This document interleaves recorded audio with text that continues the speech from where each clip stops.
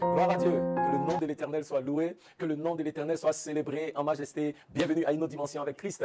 Je suis le pasteur Henri Dibi, votre serviteur. Au nom du pasteur Kadi, nous vous souhaitons encore une bienvenue à notre plateforme. Je me souviens que le dimanche dernier, lorsqu'on partait à l'église, j'ai dit au Seigneur, je veux t'entendre, je veux une direction. Je veux entendre de toi. Je sais qu'il y aura un message pour tout le monde, mais je voudrais quelque chose pour moi. Dans ce message-là, que je reçoive ce que tu as pour moi. Peuple de Dieu, le Seigneur a répondu. Ça veut dire que chaque fois que, de manière sincère, tu demandes à Dieu quelque chose qui te tient à cœur, il répondra. Je voulais l'entendre. Je voulais le ressentir d'une manière précise. Je voulais qu'il me parle. Je voulais qu'il me donne une direction. Je voulais avoir une instruction. Et l'homme de Dieu qui est venu prêcher, puisqu'il y a 2 cultes en anglais, il a prêché, le message qu'il a prêché au premier culte, ce n'est pas le message qu'il a prêché au 2e culte. Vous comprenez? Mais le message qu'il a prêché au 2e culte, c'était des directives qu'il donnait pour une vie meilleure en Christ.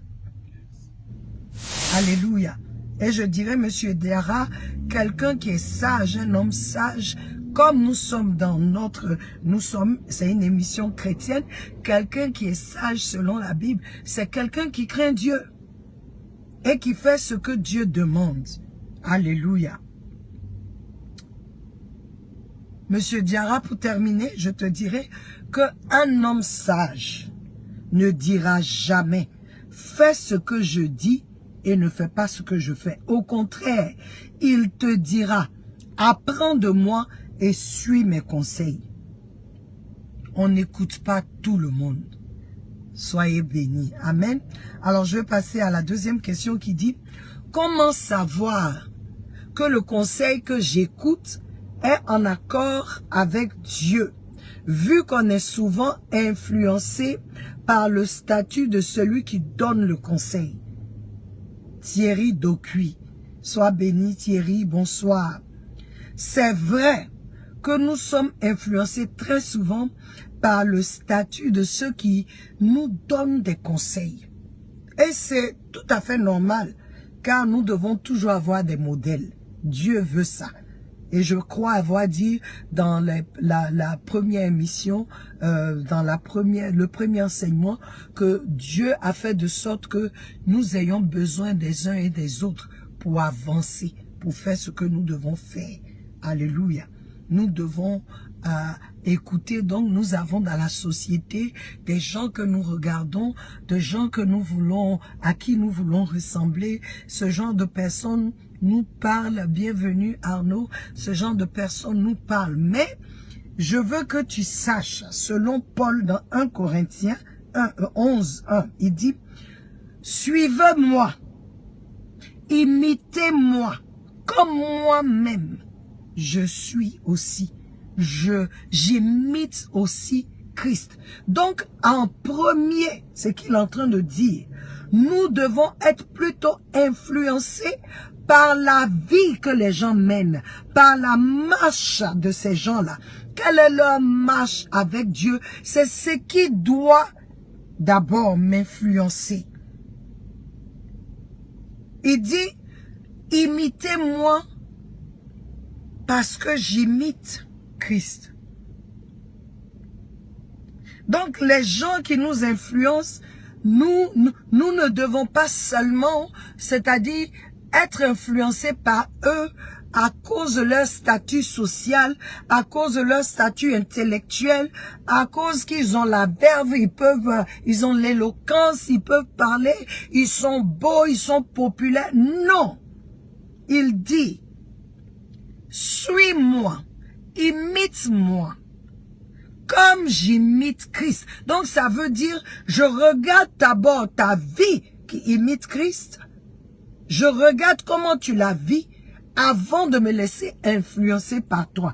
Donc, ce que je peux te dire ici, en réalité, Paul dit, fais ce que je fais parce que tu me vois faire ce que Christ fait.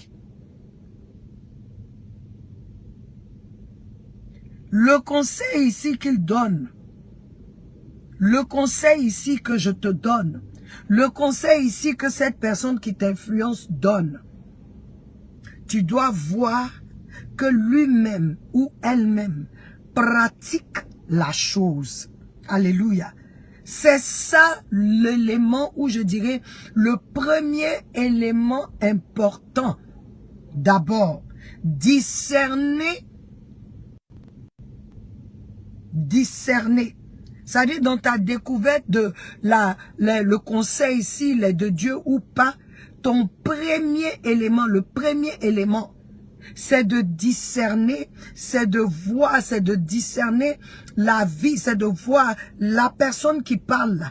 Qu'est-ce qu'elle fait elle-même, comment elle vit, ce qu'elle me dit là, comment elle fait. Est-ce qu'elle vit comme ça? Bienvenue Vicky. Alléluia. J'attendis patiemment le Seigneur. Alléluia. Et regardez la première chose qui va arriver. Et il s'inclina vers moi et entendit mon cri. Bien-aimé, quand nous attendons patiemment, nous avons l'attention de l'Éternel.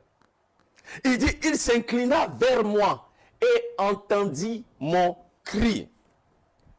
Ça veut dire que Dieu lui-même, le créateur du ciel et de la terre, le créateur de l'univers, il y a plus de 7 milliards de personnes sur cette terre. Et la Bible dit, quand tu attends patiemment, Dieu, le roi de gloire, le Seigneur de l'univers, lui, il va s'incliner, il va se pencher vers toi et entendre ton cri, vers vous et entendre votre cri. Alléluia. Il va laisser de côté son emploi du temps chargé, toutes les choses qu'il a à faire. Et l'Éternel va se tourner vers ton problème, vers mon problème. Bien-aimé, quand je suis impatient, quand je me mets en colère, j'empêche à Dieu de s'incliner et de m'entendre. Alléluia. Quand je dis, je vais patienter, car au moment venu, au moment opportun, l'Éternel va exaucer. Quand j'attends patiemment, l'Éternel, le Dieu de gloire, le Dieu El Shaddai, lui, il prend le temps de m'écouter. Lui, il prend le temps d'entendre mes cris, d'entendre, comment dirais-je, mes supplications. Bien-aimé, ce que Dieu n'entend pas, ce sont nos murmures. Ce que Dieu n'entend pas, ce sont là où nous nous retrouvons dans certaines situations et nous cherchons toujours quelqu'un à blâmer. La Bible nous dit, dans le livre de Actes des Apôtres chapitre 16, que Paul et Silas ont été arrêtés et jetés en prison pendant qu'ils faisaient l'œuvre de Dieu. Et la Bible dit à minuit, c'est-à-dire qu'à l'heure de la nuit, ou dirais-je, une autre tradition dit au milieu de la nuit, c'est-à-dire que là où la situation était la plus sombre, la plus difficile, la Bible dit ils ont élevé la voix et ils ont commencé à prier et chanter des hymnes à l'Éternel. Alléluia. Bien aimé, la Bible dit en ce moment-là, pendant qu'ils étaient en prison, dans les chaînes, dans le noir, gardés par plusieurs soldats, sans issue de secours, sans moyen de s'en sortir, sans moyen de s'échapper. La Bible dit, en ce moment-là, Paul et Silas, au lieu de chercher à blâmer Dieu, au lieu de chercher à blâmer quelqu'un, au lieu de chercher à s'apitoyer sur leur sort, ils ont commencé à chanter les cantiques de l'Éternel, proclamer les bienfaits de l'Éternel. Alléluia. Et pendant qu'ils le faisaient, l'Éternel Dieu qui était attentif à leur cri, l'Éternel Dieu qui a pris le temps de se pencher sur les situations, leur a donné la solution. Il a opéré le miracle. Bien-aimés, imaginez-vous si à cet instant-là, Paul et Silas étaient en train de se morfondre sur leur sort, se plaindre, blâmer les autres. Oh Seigneur, regarde, c'est ton travail, on est en train de faire. Oh Seigneur, regarde, c'est que nous, comment nous te servons fidèlement. Oh Seigneur, regarde, nous on n'a rien fait. Et puis regarde ce qui nous arrive. Bien aimé, cela est l'attitude de nombreux parmi nous. Ce soir, je veux encourager quelqu'un. Change ton langage. Quel que soit là où tu es, quel que soit là où tu te trouves, attends patiemment la délivrance qui vient de l'Éternel. Dieu est fidèle et il ne t'oubliera pas. Dieu est fidèle et il exauce. Dieu est fidèle. Et quand nous l'attendons patiemment, l'Éternel s'incline vers nous et il entend nos cris. Il entend nos prières. Il n'entend pas nos complaintes. Il n'entend pas nos murmures. Il n'entend pas là où on cherche à blâmer quelqu'un d'autre. Alléluia. Donc dis à quelqu'un qui est à côté de toi là-bas, change ton attitude. Quand la parole vient là, tu cries, mais ce n'est pas forcément pour toi. Parce que c'est ta position. Il dit, je vais secouer le ciel. Je vais secouer la terre. Je vais secouer les nations. Les richesses afflueront. En sorte que cette nouvelle gloire, quand ça va se manifester, les gens se diront, mais attends, est-ce que c'est le même temple qu'on connaît là? Ce qui me plaît, Dieu n'a pas détruit le temple là. C'est le même temple là que Dieu va prendre pour éblouir le monde. Le même temple. Alors, peuple de Dieu, mon exhortation aujourd'hui, c'est que tu sais où tu te trouves. Tu sais dans quoi tu es. Quelle est ta position. Si tu n'es pas là où tu dois être, comme Zorobabel, le grand prêtre Josué, le peuple, répands-toi. Reçois la parole, que le Seigneur te donne de pouvoir te repentir, que ton cœur qui est rempli, où les épines ont étouffé, où les soucis de ce monde ont étouffé, que la parole de Dieu maintenant fasse une chirurgie dans ton cœur, afin que tu reçoives cette parole-là, et que tu sois libéré, et que tu puisses te repentir, et que la crainte de Dieu te saisisse, me saisisse. Que nous ayons une vraie repentance. Si nous avons une vraie repentance, sache qu'il sera avec nous. Parce que c'est lui qui dit, si mon peuple sur lequel mon nom est élevé se répand, s'humilie et se répand, voici ce que je ferai. Tout ce qu'il attend, c'est que toi et moi, nous puissions nous repentir pour dire, ah, Père, c'est vrai que j'ai pris plus à cœur les choses qui m'intéressent, les choses pour moi-même. Et j'ai oublié ton œuvre. Le zèle que j'avais n'est plus. La passion même que j'avais pour ta maison n'est plus. Moi qui invitais ceux qui ne connaissent pas Dieu, moi qui parlais à tout le monde de ceux qui ne connaissent pas Christ, moi qui partageais la bonne nouvelle, je me suis retrouvé maintenant en train de chercher les voies et moyens pour mon bien. Et je vois que je travaille, mais bon, ça n'avance pas. Je fais toutes les prières, mais c'est pas le diable, c'est Dieu qui a fermé. C'est lui-même qui a fait. Et c'est lui-même qui a soufflé la sécheresse sur ce que tu fais, afin que ça ne produise pas, ça produise peu par rapport à l'effort que tu investis. En ce mois d'août, revenons à la maison. Et j'ai dit, il y a le temple que tu es et il y a le corps du Christ. Nous sommes individuellement le temple de Dieu et avec nos frères et sœurs, nous formons le corps du Christ, qui est la maison de Dieu. Si tu sais que tu es dans une position, tu sais comment tu vis, tu sais comment tu te comportes, tu sais dans quoi tu es, je viens t'encourager à sortir. Parce qu'il y a une nouvelle saison que le Seigneur va faire, qui a déjà commencé. Il y a une nouvelle saison qu'il a ouverte. Maintenant, il a ouvert, tout le monde peut entrer. Mais seuls ceux, tout le monde peut venir, mais seuls ceux qui font l'œuvre de Dieu, seuls ceux qui craignent Dieu vraiment, qui sont là où il veut qu'ils soient, seuls ceux-là, oui, seuls ceux-là pourront recevoir, pourront entrer dans cette nouvelle saison et pourront bénéficier de cette nouvelle saison où la gloire sera plus grande que celle du premier. J'ai aimé le verset 4 qui dit,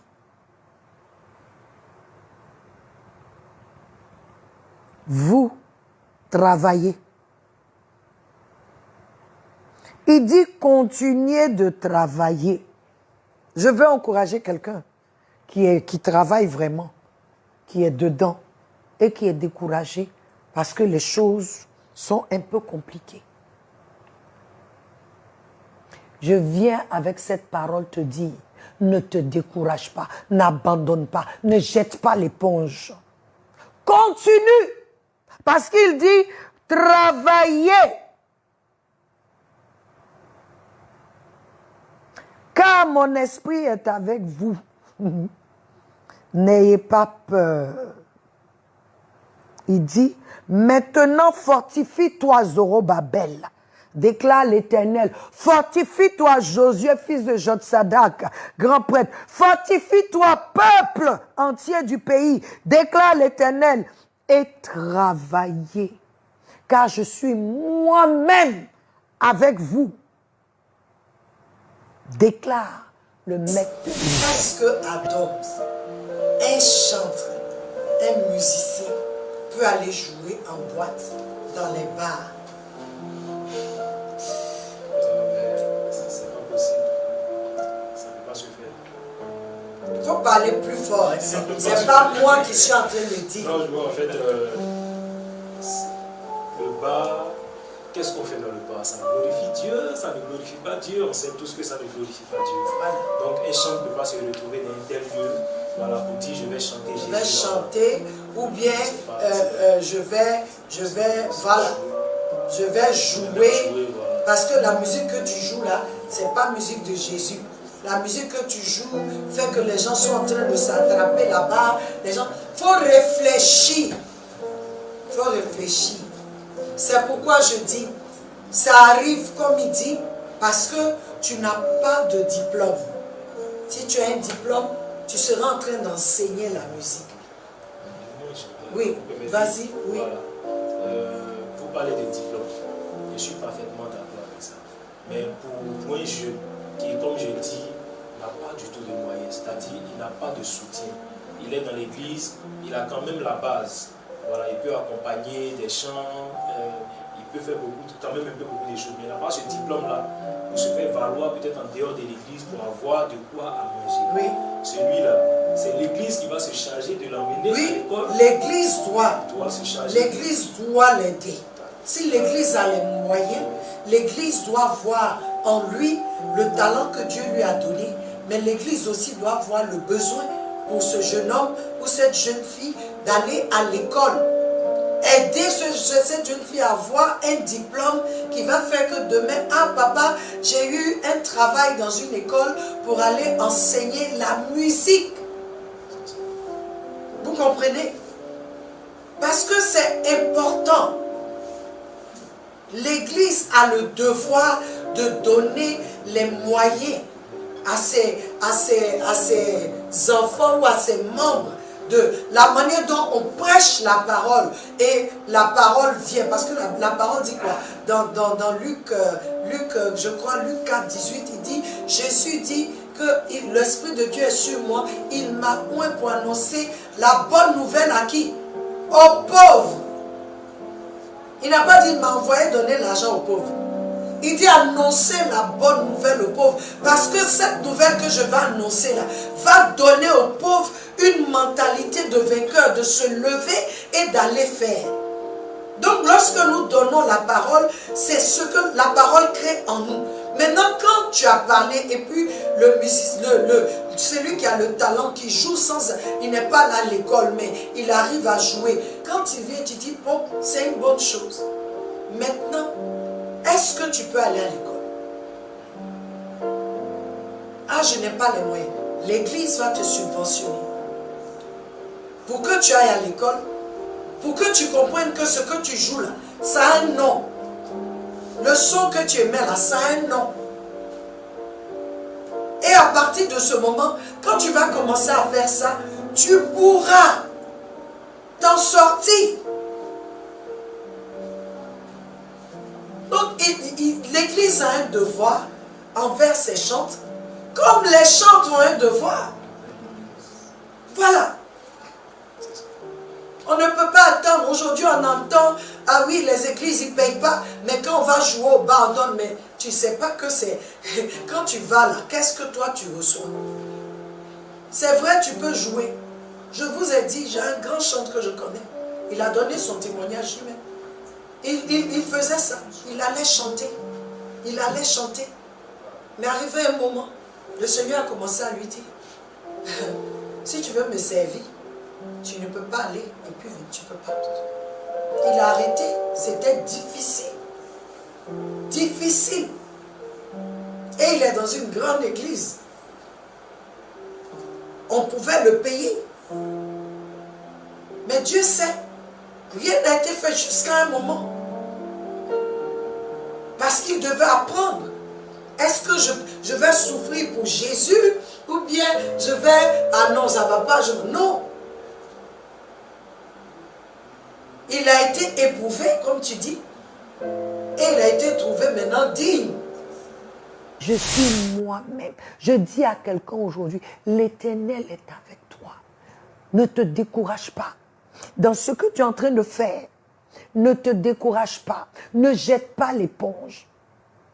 Continue de travailler. Continue de faire l'œuvre de Dieu. Continue de rester dans sa présence. Continue de rester dans ce qu'il te dit de faire. Continue d'être là où il veut que tu sois. Même si les gens te regardent bizarrement, mais tu sais que c'est là où Dieu veut que tu sois. Reste là-bas.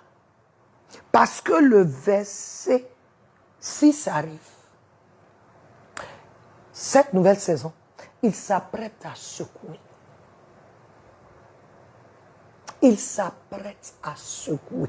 Tout ce dont tu as besoin viendront. Quel que soit, quand il dit les cieux, parce qu'il avait fermé tout. Il dit, mais je vais ouvrir tout. Tout. Ça veut dire l'abondance, la prospérité. Il va nous éblouir. Il va bouleverser notre compréhension. Ne baisse pas les bras. Continue de travailler. Alléluia. Je vais prier afin que l'esprit de repentance nous soit donné. Afin que le zèle revienne, afin que la passion revienne, afin que notre amour pour Dieu soit réveillé, que le Seigneur réveille nos esprits.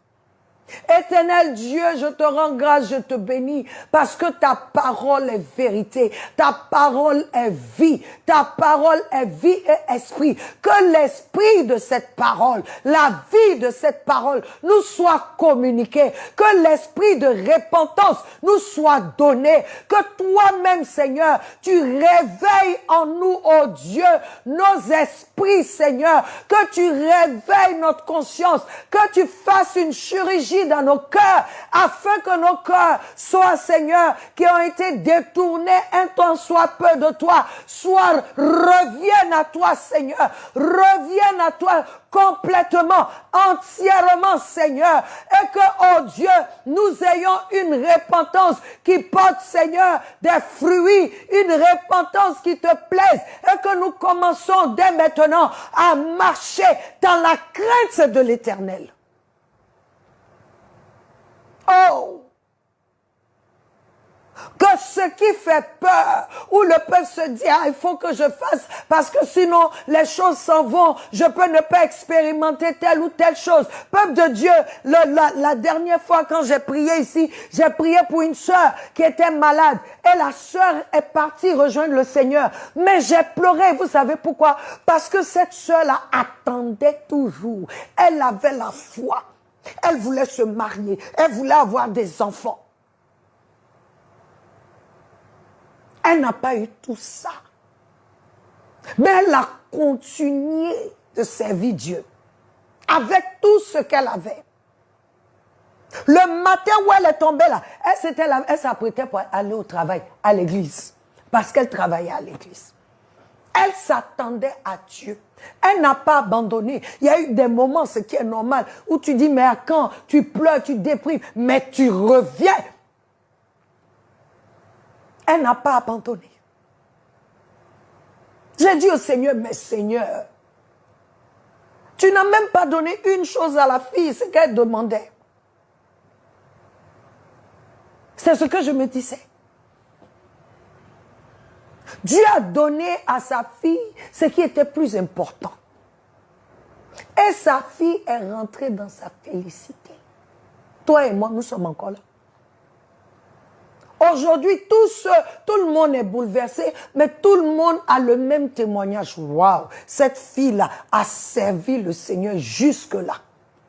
Peuple de Dieu, que le Seigneur nous donne le cœur pour les choses de Dieu. Que le Seigneur nous donne le cœur pour faire son œuvre. Que le Seigneur nous donne le cœur d'être, c'est-à-dire d'avoir la vision, d'être centré sur l'œuvre de Dieu. Que le Seigneur nous donne d'être focalisé. Que le Seigneur renouvelle nos passions. Que le Seigneur renouvelle nos ailes. Il dit dans le livre, dans la parole déclare que le zèle de ta maison m'a consumé. Oh Dieu, que le zèle de ta maison nous consume, que notre passion pour toi, comme notre Seigneur Jésus a été passionné, il a quitté le trône de gloire, il est venu sur terre, il a payé nos dettes et il est reparti. Cette passion pour te plaire et cette passion pour que le peuple soit sauvé, que cette même passion nous soit communiquée en abondance et que nous fassions ton œuvre. Que chacun de nous, de tes enfants, réveille nos esprits. Parce que ce n'est pas une histoire de la chair. Ils ont été saisis de crainte. Mais c'est quand il a réveillé leurs esprits, qu'ils sont partis dans la maison pour faire le travail. Que le Seigneur réveille nos esprits, que chacun de nous individuellement, que nous expérimentions un réveil spirituel, individuel, personnel, afin que nous nous refocalisons sur ce qui est dans le cœur de Dieu, que nous soyons focalisés sur l'essentiel. Il dit, fais de l'Éternel tes délices. Fais de l'Éternel tes délices.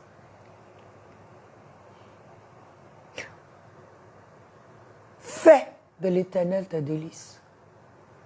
Occupe-toi du royaume de Dieu en premier. Et toutes ces autres choses vous seront ajoutées. Donc, la sœur Khadija, qu'est-ce que tu peux dire pour cette question? Moi, ce que je peux dire, je vais lire un passage, 2 Corinthiens 12, le verset 9. Oui. Et il m'a dit, ma grâce te suffit, car ma puissance s'accomplit dans la faiblesse. Amen. Je me glorifierai donc bien plus volontiers de mes faiblesses, afin que la puissance de Christ repose sur moi. Amen. Donc, dans ce passage, c'est Paul qui parle. Paul souffrait dans sa chair parce qu'il avait une écharpe au dos. Donc il a demandé au Seigneur, Seigneur, est-ce que tu peux m'enlever cette écharpe-là? Il a dit non, quand ma puissance se manifeste lorsque tu es faible. Lorsque nous sommes dans la pauvreté, dans la maladie, dans la persécution, nous devons nous remettre au Seigneur. On doit remettre notre sort au Seigneur. Parfois nous comptons sur nos propres forces, on compte sur la médecine, on compte sur tout ce qui est moyen humain pour pouvoir résoudre notre problème. Prenons l'exemple de cette femme qui saignait depuis 12 ans. Elle a cherché la solution un peu dans tout, dans la médecine, un peu dans tout. Mais cette femme-là n'a pas trouvé la solution. Mais lorsqu'elle a compris que Jésus était sa suffisance, lorsqu'elle a eu les yeux fixés sur le Seigneur, la Bible nous dit qu'elle a été guérie. Amen. Parfois, est-ce que lorsque nous sommes dans les difficultés, on regarde à Jésus? Est-ce que nous avons la foi qu'il faut ou bien la patience qu'il faut pour que le Seigneur réponde? Parfois nous sommes pressés. On dit que non, ça fait trop longtemps que je souffre.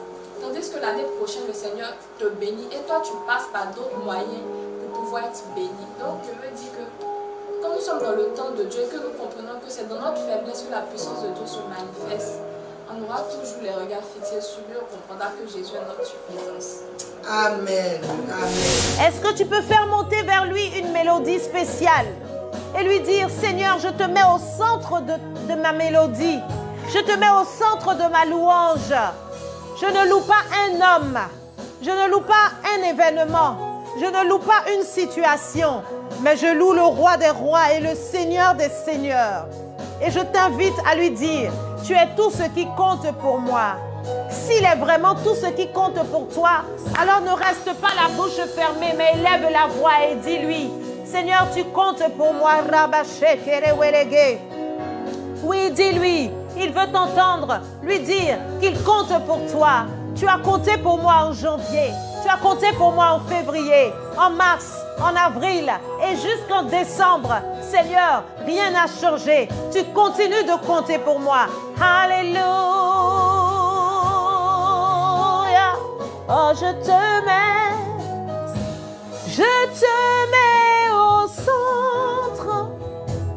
au centre de ma mélodie. Tu es tout ce qui compte. Tu es tout ce qui compte. Il n'y a que de place pour toi et moi, Jésus. Tu es tout ce qui compte. Tu es tout ce qui compte. Je veux t'adorer. Toi, mon Dieu, Abba Père, tu es tout ce qui compte. Tu es tout ce qui compte. Je veux t'aimer davantage. Seigneur, oh Jésus, Jésus, tu es tout ce qui compte. Tu es tout ce qui compte. Oh ouais, yeah. Tu es tout ce qui compte. Oh ouais, tu es tout ce qui compte. Oh ouais, tu es tout pour moi. Oh ouais, tu es tout ce qui compte. Oh ouais, tu es tout ce qui compte. Oh ouais, tu es tout ce qui compte. Oh ouais, tu es tout ce qui compte. Oh